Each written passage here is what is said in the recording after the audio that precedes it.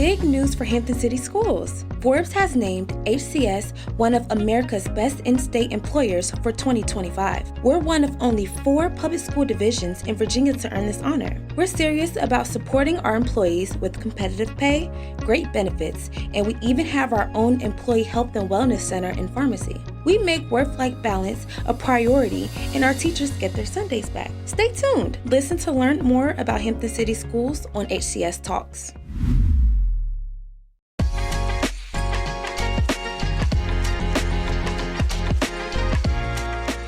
Welcome to HCS Talks. I'm your host, Raymond Haynes, Superintendent of Hampton City Schools.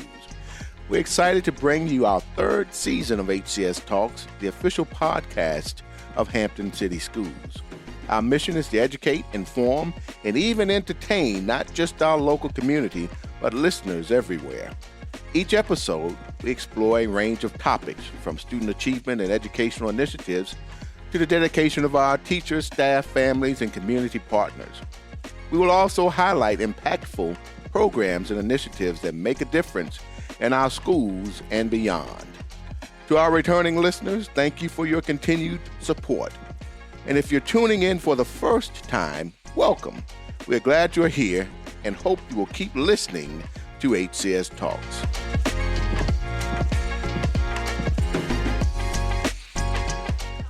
Today, I have the opportunity to sit down with Betsy McAllister, Hampton City Schools STEM teacher specialist and educator-in-residence with the National Institute of Aerospace, or NIA. So welcome, Ms. McAllister. Thank you for joining us today on HCS Talks. Before we dive into our discussion, please introduce yourself to the listening audience. Oh, well, happy to be here, Dr. Haynes. Yes, I am Betsy McAllister. I am the mother of 2 proud graduates of Hampton City Schools. They're now adults, but both of them graduated from Phoebus High School. Go Phantoms. Exactly, go Phantoms. I am, as you said, the STEM teacher specialist with the division and also the educator-in-residence at the National Institute of Aerospace.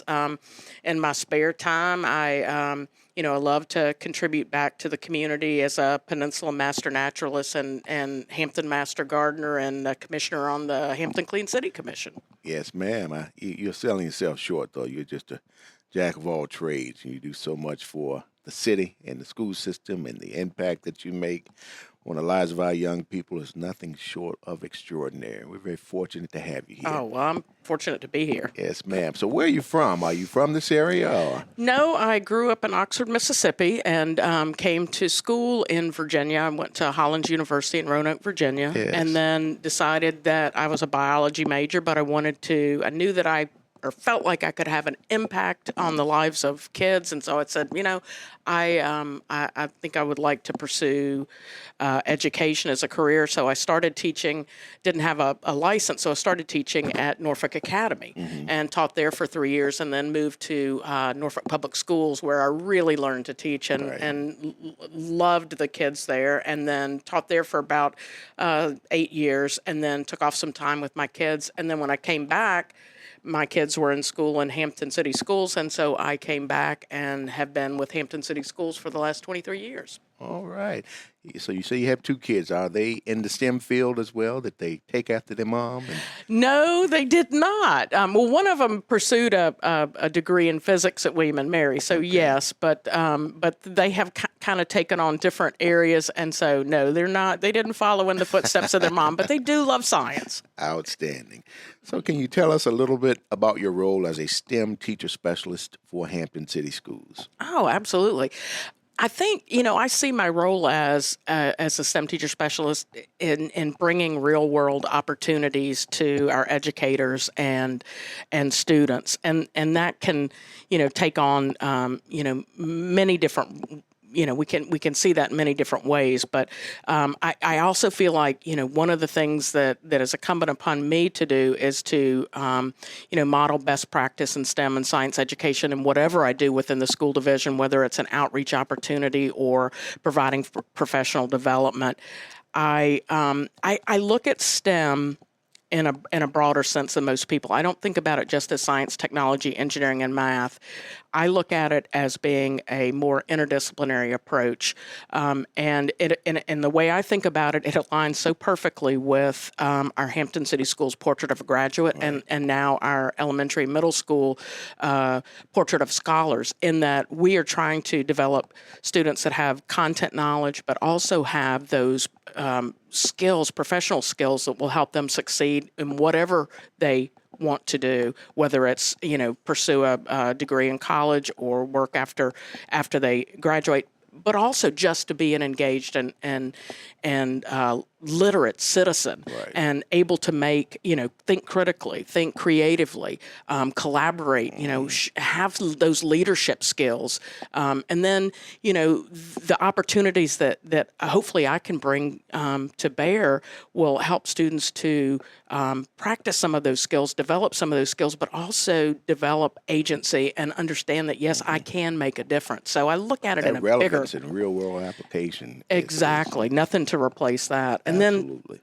then, the other thing I think is important that I've tried to do is to try to build a STEM ecosystem with, and when I look about, think about that, it's trying to line up partners, funding, resources, whatever I can to assist our educators and learners in their roles. So if I can, remove some barriers or provide some opportunities, that's what I'm about.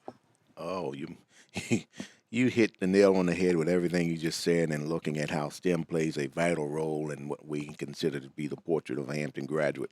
So we talk about those tenets and how we focus on collaboration, communication, critical skills, thinking, and leadership as well. Right. It speaks volumes to the work that you do, and then when we talk about STEM and what it's all about as well. Right, and everybody may not necessarily choose to go into a STEM field, but we do have to be STEM literate. Right.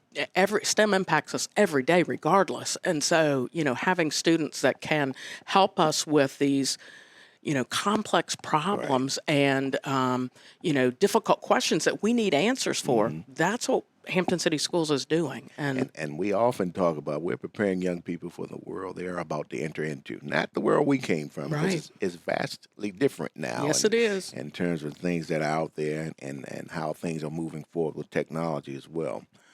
So how does your partnership with NIA strengthen STEM learning opportunities for our students and our teachers here in Hampton? Well, one of the things that I just can't speak enough about this partnership with the City of Hampton and Hampton City Schools and the National Institute of Aerospace. It's been an incredible opportunity, and I don't take that for granted at all. But I feel like it has opened up opportunities for our teachers and students that we would not normally necessarily have. Let me give you some examples. We have been able to pull in NASA scientists and educators to come and do professional learning opportunities for our teachers. We've been able to pull in subject matter experts from NASA to work with our students and teachers. Just a couple of years ago, I had the opportunity to interact with Dr. Sten Odenwald, who's an astrophysicist at Goddard Space Flight Center in Greenbelt, Maryland. Right. So not even at NASA Langley. But he was interested in doing some work with middle school students around sound. And so I pulled together some 8th grade teachers that were interested, and we Zoomed with him and came up with some lessons that, some activities that we wanted to run, stations that we wanted to run the kids through to learn more about sound. And then he connected us with a citizen science project where the students went out into the public and went out into the environment and measured decibels, how loud the sound was, because noise pollution is a huge problem, and we don't necessarily think about it. And then he Zoomed back in with the kids after that, and they had the opportunity to share their data with him and then ask questions about, well, how did you end up at NASA? If I want to be an astrophysicist, what do I need to do to align myself to do that? So, those kinds of opportunities would not necessarily happen without the connections that I've been able to make, just through this opportunity. The other thing that I'm really excited about is the opportunity to work with the science department to embed incredible NASA resources into our science curriculum to enrich that curriculum. I would think, this is, all the way up from K through high school, and those are phenomenal resources that are well vetted and really, I think, do a lot as far as exciting our kids about opportunities in STEM and introducing them to really incredible new technologies that they may not necessarily know about. So and them having that face-to-face contact with folks who are in the field, and we talk about the MEIC is the MEIB. So how would they even know what a person in that occupation actually does without him or her standing in front of them, talking in detail about their experiences as well, and what path you need to take to get there to become one. Yeah, the last couple of years, one of the things that is really profoundly exciting to me is that we've been able to build in the GLOBE program to Hampton City Schools. GLOBE is an international program.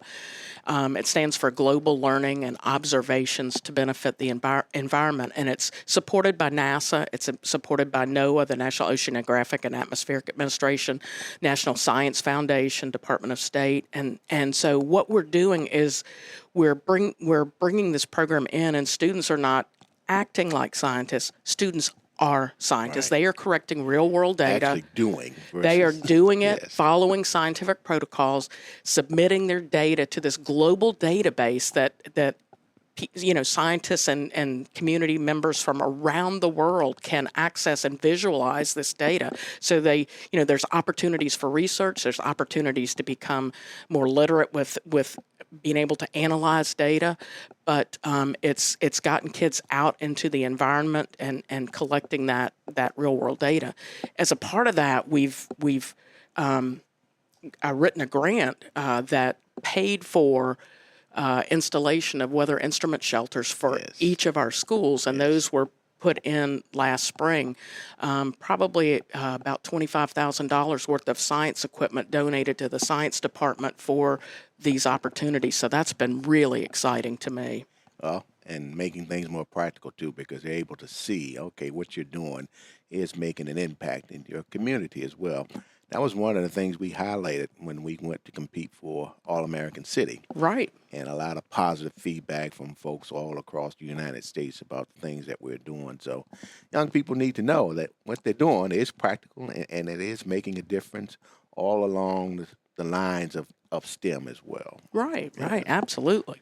And what ways do you support teachers in schools across the division when it comes to STEM and environmental education? Sort of hit on some of that already. If you would like to expand on, highlight some things. Let me break it down. Kind of, I mean, obviously, environmental education falls under STEM, but when I think about some of the things that we've been able to do with STEM, when I started in this position, the academies were just getting started. We were just rolling that out, and the first 2 years that we had the extended learning summer program, the National Institute of Aerospace worked with those students on the NASA Spotlight Design Challenge, and the students were tasked with researching a common science misconception, developing a 90 to 120-second video to dispel that misconception.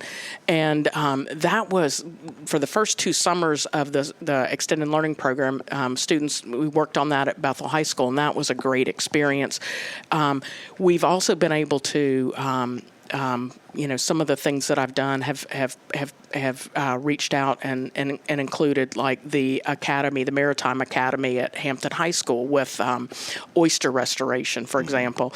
Connor Dunn and his CTE students have built oyster cages. The Tidewater Oyster Gardener Association, or TOGA, donated the equipment, and then those students built these cages, used their CTE skills, built these cages. It was part of their project-based learning. The very first year we did the project-based learning experience. And so the cages that our teachers are now using with oyster restoration are the ones that these students have created. And then they built additional ones that TOGA sold to increase the number of people in our communities that are raising oysters, and then donated money back to the academy. So these critical partnerships that have taken place, I think, are very valuable. One thing that we started 2 years ago that I'm particularly excited about is our STEM Student Ambassador Program.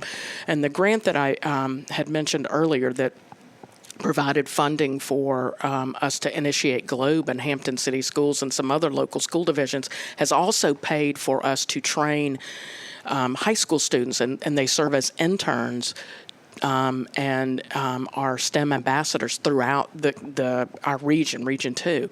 And the first year we did it, which was last year, we had 3 amazing students from Hampton City Schools, and they one of those was served as a keynote speaker at a huge STEM event, and it was such a powerful opportunity for her to grow. And this year we've just finished training 14 additional STEM ambassadors, 3 of which are from Hampton City Schools. And, I want our teachers to understand that if they have STEM events or science events, please reach out and I'll connect you with these youngsters. They are amazing. They will help with anything, but they are science communicators, STEM communicators, and they've got great activities that they can engage students with. What a great experience for a young person to serve in that role as an ambassador. Just imagine how it looks for them when they're looking to fill out applications, whether they're looking to go to college or going into the workforce. Yeah, and a little bit of money in the pocket too. Absolutely. Never hurts. Never hurts. Never, absolutely. I think I mentioned that I also do. I help out with STEM nights and science fairs. I'm extra hands in the classroom if you need it. If you have questions or there are resources that I can bring to bear, happy to do that. This summer, the National Institute of Aerospace had 2 NASA communication interns, science communication interns, and we worked with the out-of-school time learning team, and they went into Andrews and did some work with the Elevate program there. So any ways that we can help to support what's already happening and extend it in Hampton City Schools, really want to try to do that. Well, again, speaks volumes to you as a person and your passion for this work. Everything you're mentioning, I think we talked about or highlighted when we were competing for the All-American City. Didn't realize how large of a footprint you had on this work that we're doing, and we were able to come back once again victorious based on a lot of the work that you've been a part of, and we certainly appreciate it as well. Well, I'm just trying to remove barriers, but Yes. I was so appreciative that the city of Hampton recognized the efforts that Hampton City Schools has had in environmental education, whether it's raising oysters, or last year we planted like 130 native trees and shrubs on the school grounds, and there's so many different ways that we're working to improve our resiliency. And so, you're going and Kelly Gorel going, and Missy Riedel Powell, who is amazing.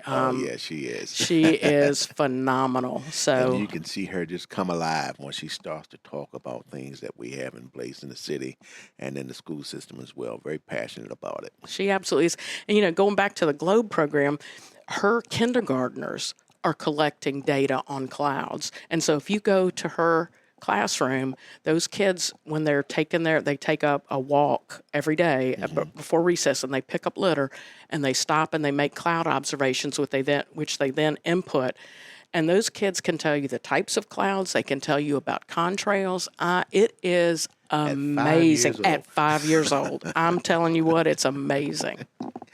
So everything you're sharing here today, it sounds like a plethora of resources and opportunities that folks may not be aware of.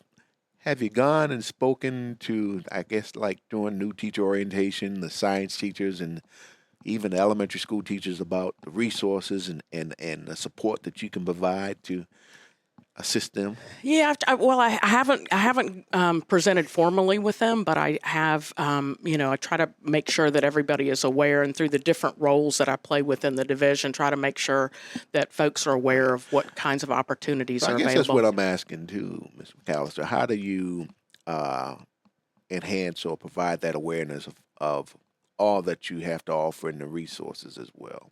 How are we getting the word out?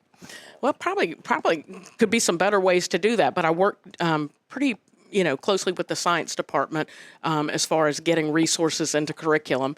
And then, in any environmental projects that I have, we have a committee, the School Pride and Action Committee, that meets, and there's a representative from each school on that committee. So we talk about, what environmental projects we are working on and ways to get involved. And so that's another opportunity for me to, just to let teachers know these are some grants that you can apply for. These are some projects that are upcoming. These are some things that we can work on.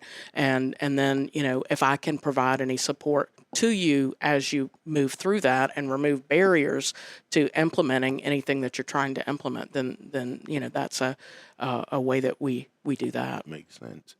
You sort of hit on this next question. Didn't know if you wanted to elaborate on anything, but what exciting STEM or environmental projects are happening at the elementary, middle, and high school levels that are getting our learners excited about science?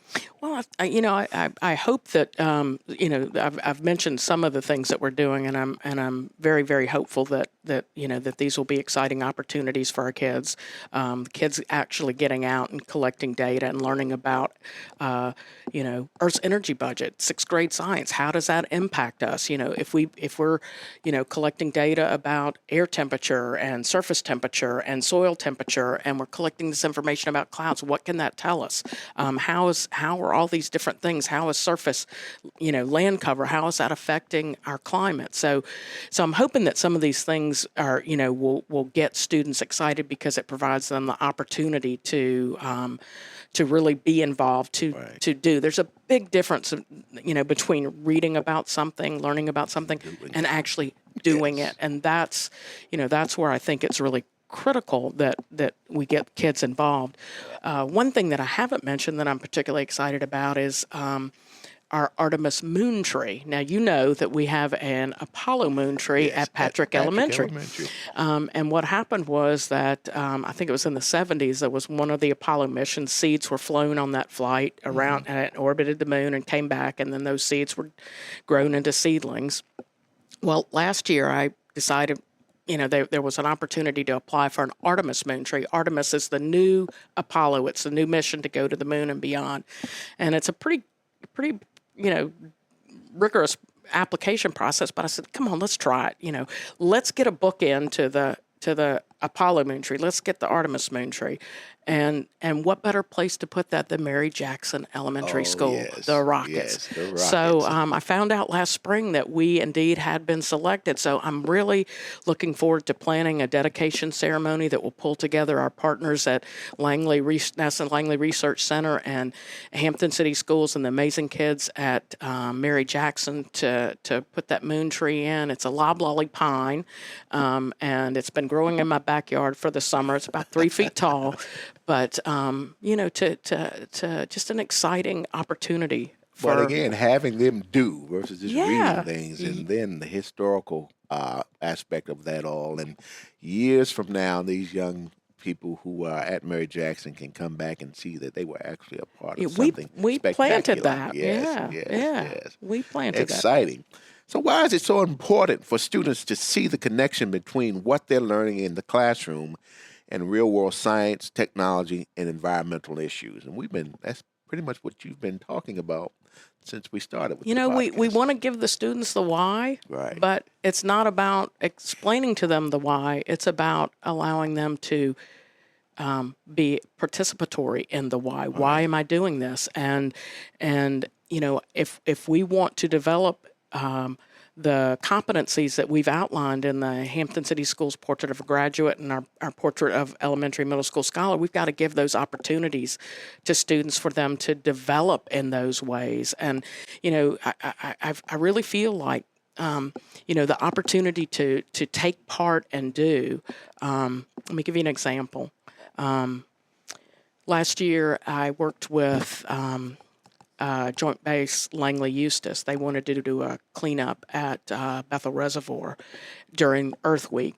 And I reached out to Tiara Kersey, who's over at Lindsay Middle School. Love Tiara Kersey. And she brought 19 students out I was a little uncertain how this was going to go because we're talking deep woods here. And, if you live in Hampton, not everybody is used to walking in the woods. These kids ate it up. They were finding frogs and turtles and whatever. I mean, they absolutely loved it. And an hour and a half later, we come out of the woods. They are absolutely exhausted. We take a photo in front of a truck that is filled to the brim with trash. In an hour and a half, those kids removed 300 pounds of litter from that waterway, around that water. 300 pounds. You talk about some tired kids. They were tired, but you know what? They left with that understanding that they had a positive impact. That's what we want our kids to have, and you can't do that by talking about it. Right. You got to do it. Right. And actually seeing what they're able to do and how impactful it is to their community. Exactly. And it's more meaningful for them because they can say, I did this and I was a part of that as well. Right. That whole collaboration piece. And then, again, we're hitting on all those tenets that we expect young people to have in the portrait of a graduate.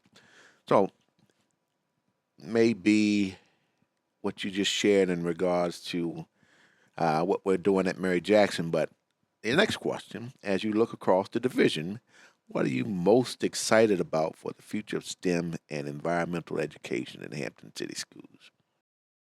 I think we've got a wonderful start. I want, and I think we're on our way. I want Hampton City Schools to be the leader in STEM education and environmental education, and I think we've got great pockets of excellence. One of the things that I'm going to credit you with is setting systems in place to bring about the change that we need, and then before you, Dr. Smith, those systems in place. And so I see us setting systems in place for STEM education and also for environmental education. And, I would love for Hampton City Schools from top to bottom to think about what's our environmental impact when we make this decision? Right. And so I'm going to challenge Hampton City Schools, and I'm going to be here helping do that, but I'm going to challenge Hampton City Schools to be a clean and green business and really think about those impacts that we're making all along the way. And, we have energy conservation, our students are recycling, we're doing litter cleanups, we are well on our way, so I'm excited about that, and I want us to continue with your that. leadership and commitment, and there's no doubt that we will be the leader in STEM education, and I can certainly appreciate what you share in regards to the systems and structures that are in place, because that will sustain any organization over time, regardless of who's here.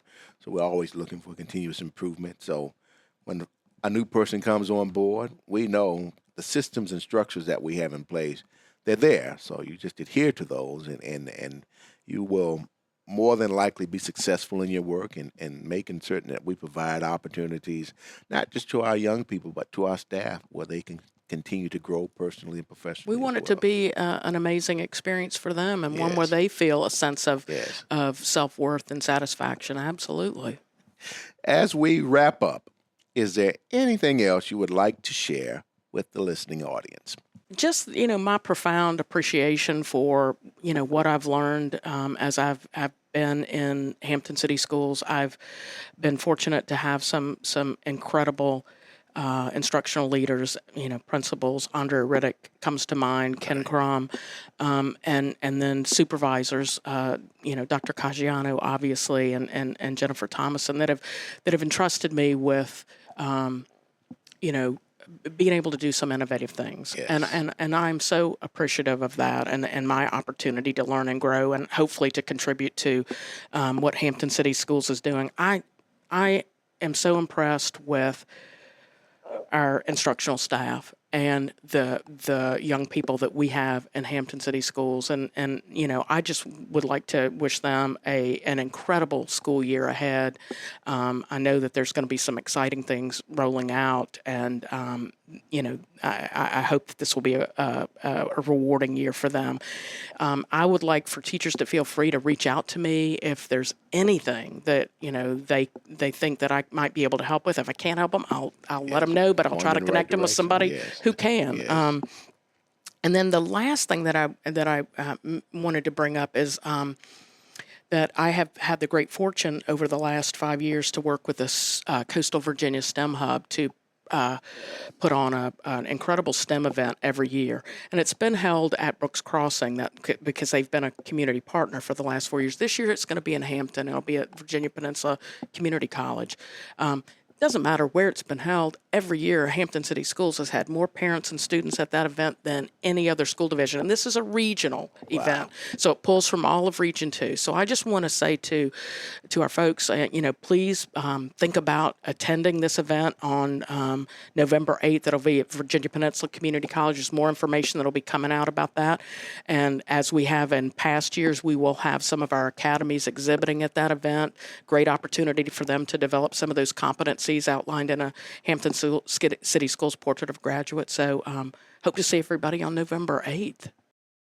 Well, we're looking forward to an exciting school year and excited about all that you will bring in terms of your resources and support. We know that you are play an integral role in making such a profound impact and having STEM come alive to our young people as well. So we thank you for choosing Hampton City Schools and, as I like to say often, choosing to stay as well. Absolutely. Yes, ma'am. I certainly thank you for being here today and highlighting the importance of STEM education and opportunities. I am aware, or actually sure, that our listeners have taken away some valuable insight from our discussion as well. Thank you for being here. Well, I appreciate the opportunity to talk to you and talk to our listeners. Yes, ma'am. And to our listeners, remember, education is the most powerful weapon you can use to change the world. As one community, one transformation, we will ensure academic excellence for every child, every day, whatever it takes. Until next time. Listen to learn more about Hampton City Schools. New episodes of HCS Talks drop on Thursdays. Subscribe and listen to HCS Talks. HCS Talks is a Hampton City Schools production.